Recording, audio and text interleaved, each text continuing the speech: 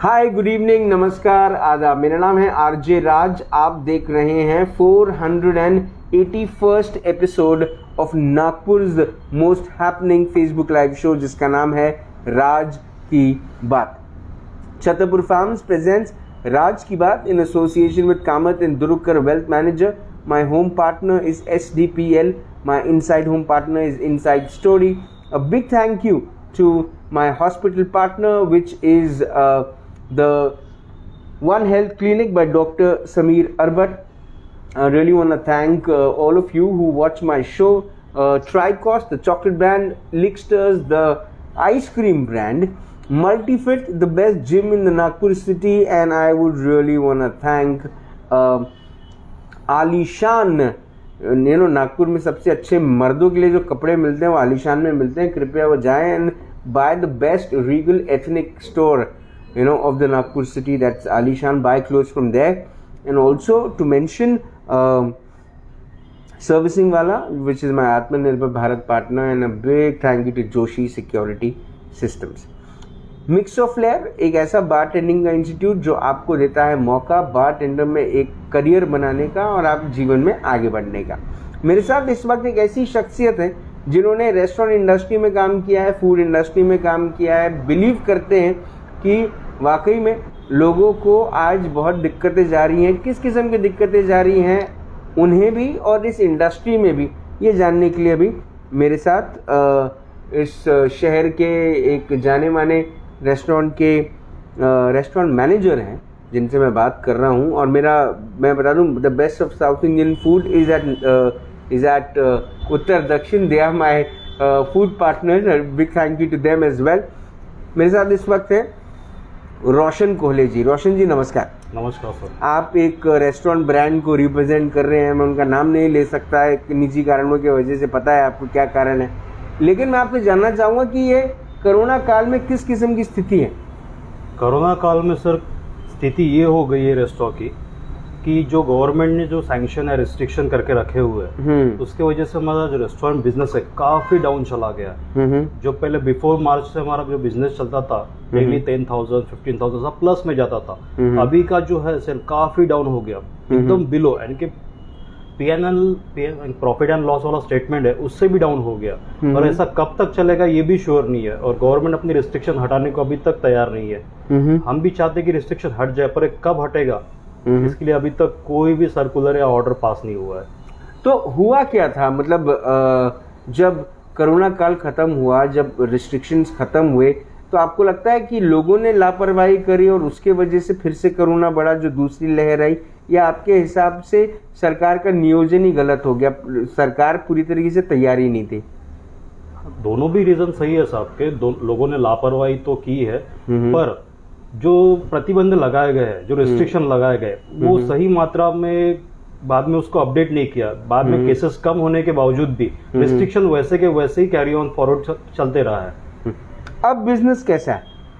अब बिजनेस तो काफी डाउन है, क्योंकि मोस्टली रेस्टोरेंट का जो क्राउड होता है वो इवनिंग में आता है फूड एंजॉय करने के लिए, सभी फूडीज के लिए। और अभी मॉर्निंग से 7 बजे से लेके 4 बजे तक ऑफिशियल टाइमिंग में बहुत ही कम कस्टमर आते हैं, इसलिए बिजनेस काफी लो चल रहा है। सैलरीज निकल पा रही?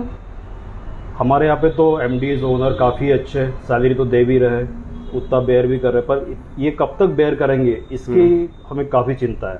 अच्छा। काफी स्टाफ को थोड़ा बहुत रेस्टॉप कर भी दिया, किसी को फिलअप भी कर दिया, पर वो सही ऑपरेशन सही रन अप करने के लिए ठीक नहीं है।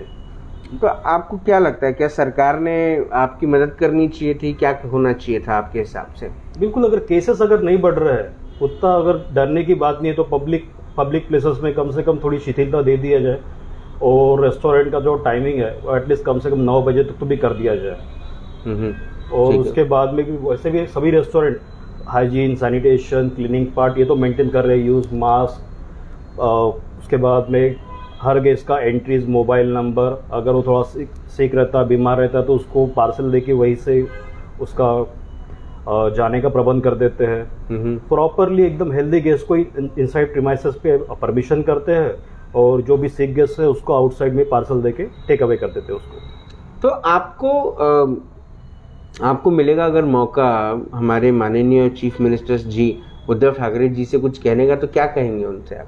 मैं तो इनको इतना ही कहूँगा कि अभी जो स्टार्टअप में जो सिंस मार्च से काफ़ी सारे जो यंगस्टर ने जो स्टार्टअप किया है रेस्टोरेंट बिजनेस का, जिन्होंने कैपिटल कैसे अरेंज करवा के या फिर लोन करवा के जो पैसा इतना बिजनेस में डाला है, वो कम से कम मार्च से मिडिल लेवल पे भी कम से कम 2-3 लाख ऐसा लॉस बेयर कर रहे हैं। उनके स्टाफ की सैलरी नहीं निकल रही, फूड कॉस्ट नहीं निकल रही, P&L स्टेटमेंट में जो भी खर्चे है, एक्सपेंसेस हो गया, इलेक्ट्रिसिटी हो गया, सैलरी वेजेस हो गया, या फिर परचेसिंग ग्रोसरीज हो गया, या फिर क्लीनिंग के पार्ट में जो कुछ भी इक्विपमेंट या फिर सप्लाईज लगती है, उसका खर्चा सेम वैसे वो बढ़ ही रहा है। और गवर्नमेंट की तरफ से जो कंपनसेशन होना चाहिए वो कुछ भी हो नहीं रहा है।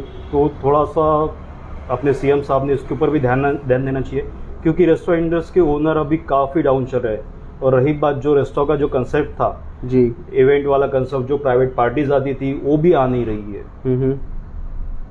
तो अब क्या लगता है आने वाले दिनों में अगर ऐसे ही चलता रहा तो क्या होगा? आने वाले दिनों से ऐसे ही चलता रहा तो बेटर है कि रेस्टोरेंट बंद करना पड़ेगा।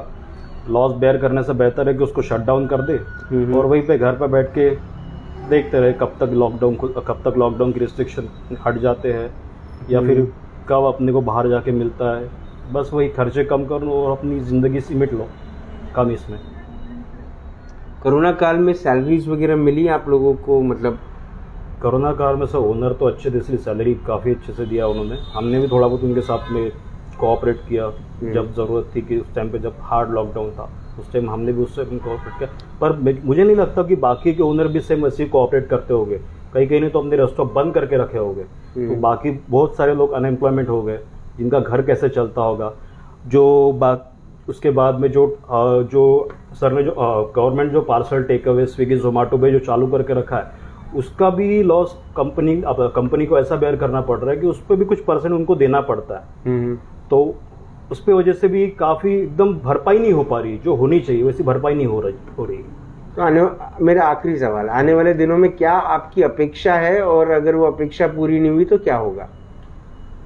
आने वाले दिनों में मेरी अपेक्षा यही है कि गवर्नमेंट ने अगर केसेस नहीं बढ़ रहे हैं तो रेस्टोरेंट को एटलीस्ट कम से कम नहीं कही तो भी 12 आवर्स के लिए खोल देना चाहिए। अगर नहीं बढ़ रहे हैं तो अगर फुल वैसे एज इज पहले जैसे वैसे ही करके तो वेल एंड गुड, बहुत ही अच्छा रहेगा।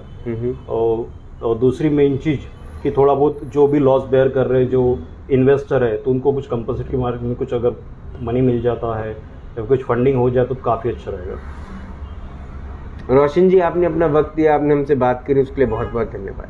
Thank you sir. आज मैं आपको एक बात बताता हूँ, ये जो पूरा का पूरा कोरोना का काल गुजरा, अगर आप इस काल को बराबर समझें तो कितने दुर्भाग्य की बात है। देखिए कि एक तरफ सरकार ये कहती है कि हम आपके साथ हैं, सरकार कहती है कि हम कोई नया पैकेज निकालेंगे, लेकिन जब पेंडेमिक आया, पेंडेमिक एक्ट लागू हुआ, तो पेंडेमिक एक्ट के तहत बहुत सारी चीज़ें लागू हुई, जिसमें से एक ये भी था कि आप अपनी जिस तरह से सरकार या सरकार का डिसीजन मेकर जो पूरी की पूरी जो यंत्रणा है, वो जिस किस्म का डिसीजन लेगी वो आपको मानना पड़ेगा।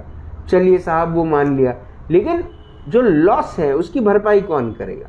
धंधे पे जो लॉस हुआ वो तो हुआ, लेकिन लॉस जो धंधे को खोलने के बाद भी हुआ उसकी भरपाई कौन करेगा? लोन्स बंद है, लोन्स नहीं मिल रहे, बहुत सारे लोगों के सिबिल खराब हो चुके हैं, बहुत सारे लोगों के सिबिल खराब हो चुके हैं। लोगों ने सरकार ने ये ज़रूर बोल दिया कि आप बैंक में जाओ, बैंक वाले अगर कन्विंस हो गए तो भाई आप अपना EMI पोस्टपोन करवा दो, लेकिन उसके ऊपर भी तो इंटरेस्ट लगा है, फ्री में थोड़ी किया बैंक ने। तो सरकार कहाँ थी? ये सरकार कहाँ है?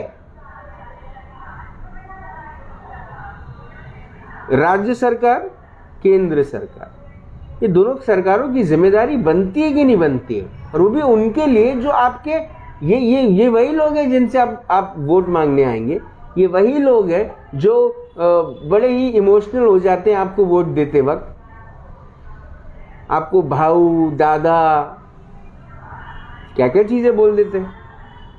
और आज ये उस लेवल पर आ गए हैं जहां पर शहर में एक भी कोरोना पेशेंट नहीं है, लेकिन आपने सबकी दुकानदारियां बंद करके रखी।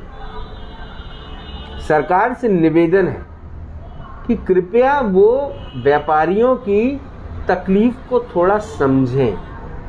आप कड़क कानून लगाएं मास्क पहनने पे, आप कड़क कानून लगाएं सोशल डिस्टेंसिंग पे, आप कड़क कानून उस दुकान पे लगाएं 25 नहीं 50,000 रुपए का जुर्माना ले जो ज़्यादा एक्सेस भीड़ जमाता है। उस रेस्टोरेंट को लाइसेंस कैंसिल कर दें, उसका बार का लाइसेंस कैंसिल कर दें जिसने एक्स्ट्रा भीड़ रखी हो, लेकिन उनको व्यापार करने की आज़ादी अभी तो आप दे दीजिए।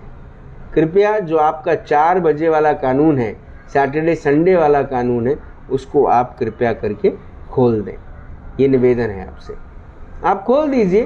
नहीं तो साहब ऐसा होगा कि कहीं किसी दिन जनता ना खोल दे इसको, क्योंकि तकलीफ में तो वही है, उनको भी अपने बच्चों की फीस भरनी है जो आपने माफ़ नहीं कराई, उनको भी बिजली का बिल भरना है जो आपने माफ़ नहीं किया, उनको भी प्रॉपर्टी टैक्स भरना है जिसको आपने माफ़ नहीं किया, उनको भी घर का राशन लाना है जो आपने नहीं दिया।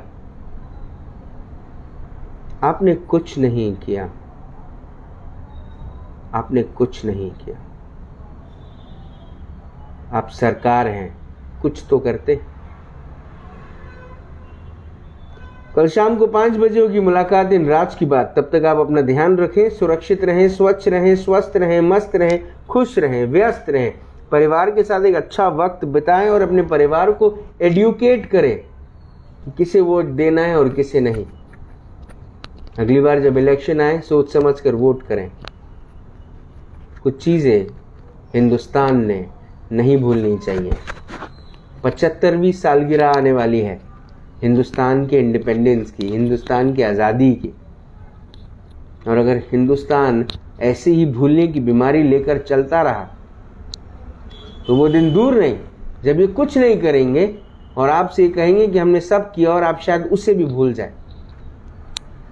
साहब, गीता में, कुरान में, बाइबल में, हर ग्रंथों में लिखा है माफ़ कर देना चाहिए।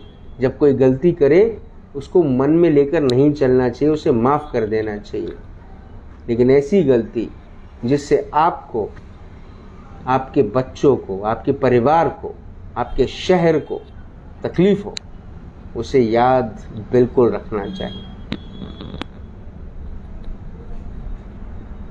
सरकार हमारी है, हमने सरकार को वोट दिया है और हमें गर्व है कि ये हमारी सरकार है, और इसीलिए निवेदन करते हैं कि सरकार प्लीज़ मदद करें। हमें विश्वास है कि आप मदद करेंगे। और जिंदा रहें। जय हिंद।